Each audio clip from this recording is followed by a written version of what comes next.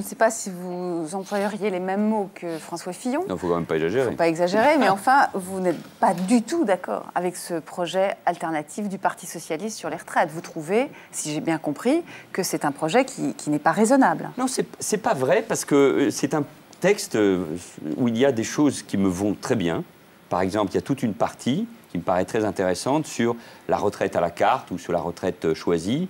Et au fond, l'idée de dépasser et la césure entre le public et le privé, et même la question de la retraite à 60 ans, par une retraite à la carte, comme les pays nordiques l'ont inventé. Mais il faut du temps, Alors, sur l'âge légal, du courage. Je voudrais que vous nous précisiez votre position, parce que j'ai lu dans votre livre, notamment les pages consacrées à cela, oui. Et vous dites à un moment donné qu'il ne faut pas se focaliser sur l'âge légal, que ça n'a aucun sens. Oui, est-ce que ça veut dire qu'il faut le conserver et les gens pourront partir quitte à ne pas avoir toute leur pension?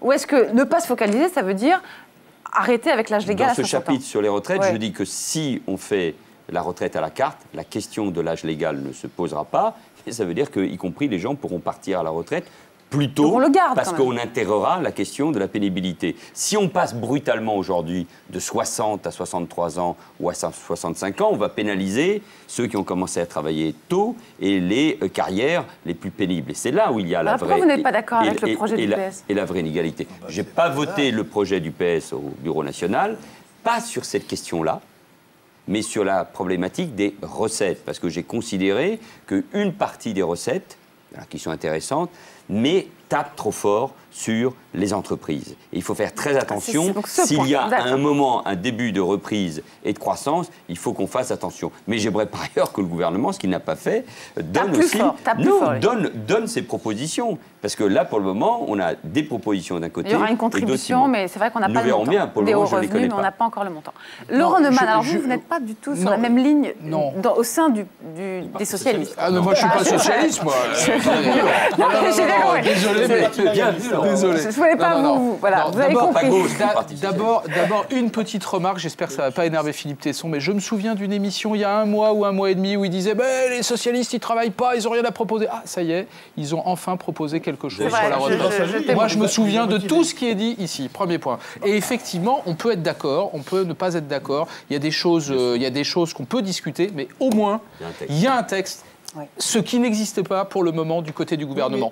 Premier point. Deuxième point, il y a deux visions qui s'affrontent. Il faut avoir le courage de le dire. Il y a deux visions qui s'affrontent. D'un côté, le texte du Parti socialiste se focalise, j'ai l'impression, un peu plus sur de nouvelles taxations du capital, pas des entreprises. Et là, vous êtes d'accord, moi, je suis plutôt pour ça. Et le projet de l'UMP, que l'on ne connaît pas encore, mais qu'on commence à voir poindre, etc., en gros, se focalise, lui, sur la durée d'activité. Il y a un chiffre qu'il faut que les gens connaissent. À chaque fois, je cite des chiffres, mais il y a un chiffre qu'il faut que les gens connaissent.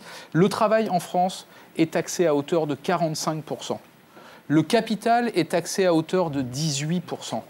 Tant que nous n'aurons pas réduit cet écart-là, et de façon extrêmement importante, eh bien, vous ne réglerez aucun problème. Et pas simplement le problème des retraites, mais le problème de la justice fiscale, mais le problème des salaires, mais le problème des revenus, et même, de mon point de vue, le problème de la croissance. Si vous taxez trop le capital, mais je sais, ça fait 30 ans qu'on nous dit ça. Résultat des courses, les mêmes s'enrichissent, les salaires... C'est ce qui se passe. Mais Laurent, ça fait 30 ans que ça arrive. 50% du CAC 40 est possédé par des investisseurs étrangers. Non, je suis désolé de dire ça. Ça fait 30 ans qu'on nous explique qu'il ne faut surtout pas charger les entreprises, qu'il ne faut surtout pas charger le capital. Et on arrive à quoi? C'est qu'on a une société où les inégalités se creusent inexorablement, et à chaque fois on nous redit mais non, attention. Et même Manuel disait ça à un instant d'une certaine manière, en disant oui, mais si la croissance devait revenir, il ne faut pas lester les entreprises. Non, il y a un moment donné où la priorité, c'est la réduction des injustices. C'est vrai sur les retraites, je le redis, c'est vrai sur des tas de sujets. Il n'y a pas de justification à ce que le travail, la sueur des gens soit taxé à 45% et que les capitaux soient taxés à 18%. La difficulté, c'est qu'il n'y a pas une mesure qui va régler. Voilà. On sait qu'il va falloir agir sur plusieurs paramètres et notamment sur le temps. Et comme l'addition de toutes les mesures qu'on prendra opportunément, enfin selon la logique de l'opportunité, comme ici, là, c'est vrai qu'on fera une addition une espèce de minestrone, une mesure où chacun n'y retrouvera pas son compte tout en retrouvant. Même ça, ça ne suffira pas. J'en suis certain, c'était vertigineux, le trou à partir de 2013, 2020, etc., etc. Et moi, je dis que il faudrait quand même qu'on ouvre une réflexion sur... je suis désolé, je vais citer ma référence parce qu'elle est d'accord avec moi et alors vous allez tous ricaner parce que quand on prononce ce mot, tout le monde... C'est le MEDEF. Il y a dans ce que dit Parisot quelque chose qu'elle n'est pas la première à dire. Tout n'est pas mauvais à condition que tout ne soit pas concentré là-dessus. Tout n'est pas mauvais dans un système de capitalisation à condition qu'il ne soit que complémentaire par rapport au système de répartition. Je ne comprends pas pourquoi Manuel Valls, par exemple,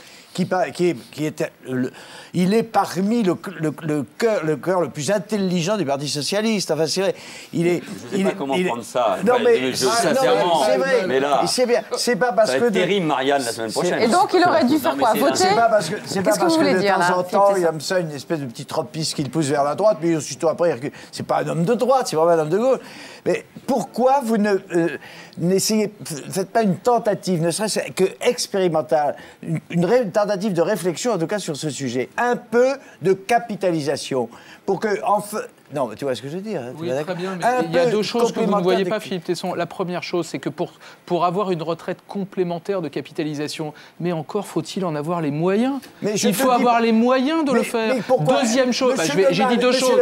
J'ai dit deux choses. La deuxième chose, c'est qu'on a vu le résultat dans certains pays anglo-saxons où on a effectivement trop poussé le curseur vers la capitalisation. Il y a des types qui sont en short qui n'ont plus d'argent pour la retraite. Mais c'est ça la vérité. Premièrement, qui parle de trop pousser le curseur non, parce que la retraite par capitalisation, elle existe en partie en France. Elle existe déjà, mais elle existe déjà, et pour les fonctionnaires notamment. Et deuxièmement, surtout, vous ne pouvez quand même pas, jusqu'à la fin de votre vie, être fidèle à ce principe aveugle. Enfin, vous me faites penser à Lévy, ce principe aveugle d'égalitarisme. Enfin, ça n'existe pas, Laurent. L'égalitarisme, je suis contre, c'est un principe que je ne supporte pas.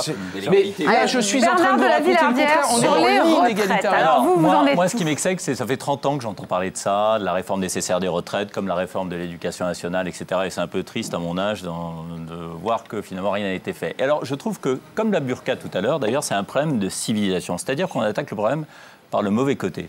Je pense qu'il faut revaloriser le travail et faire en sorte que les gens aiment travailler ou redécouvrent la valeur du travail. C'est une histoire de civilisation. Pourquoi? Parce que la burqa, la civilisation, c'est le visage découvert, c'est l'expression de la personnalité, c'est la communication, etc. Et le travail, c'est ce qui nous a sortis de notre condition. Et c'est ce qui permet à l'homme, je suis de culture judéo-chrétienne, pardon, mais c'est la rédemption de l'homme. Donc il faut faire en sorte de former les gens toute leur vie, de faire en sorte qu'ils puissent faire plusieurs métiers et qu'ils puissent continuer à travailler jusqu'à 70, 75 ans. Les jeunes qui sont dans la salle, ils demandent de Martine Aubry, ce qui est formidable d'ailleurs, c'est que, une des mesures en tout cas, c'est la revalorisation du travail des seniors.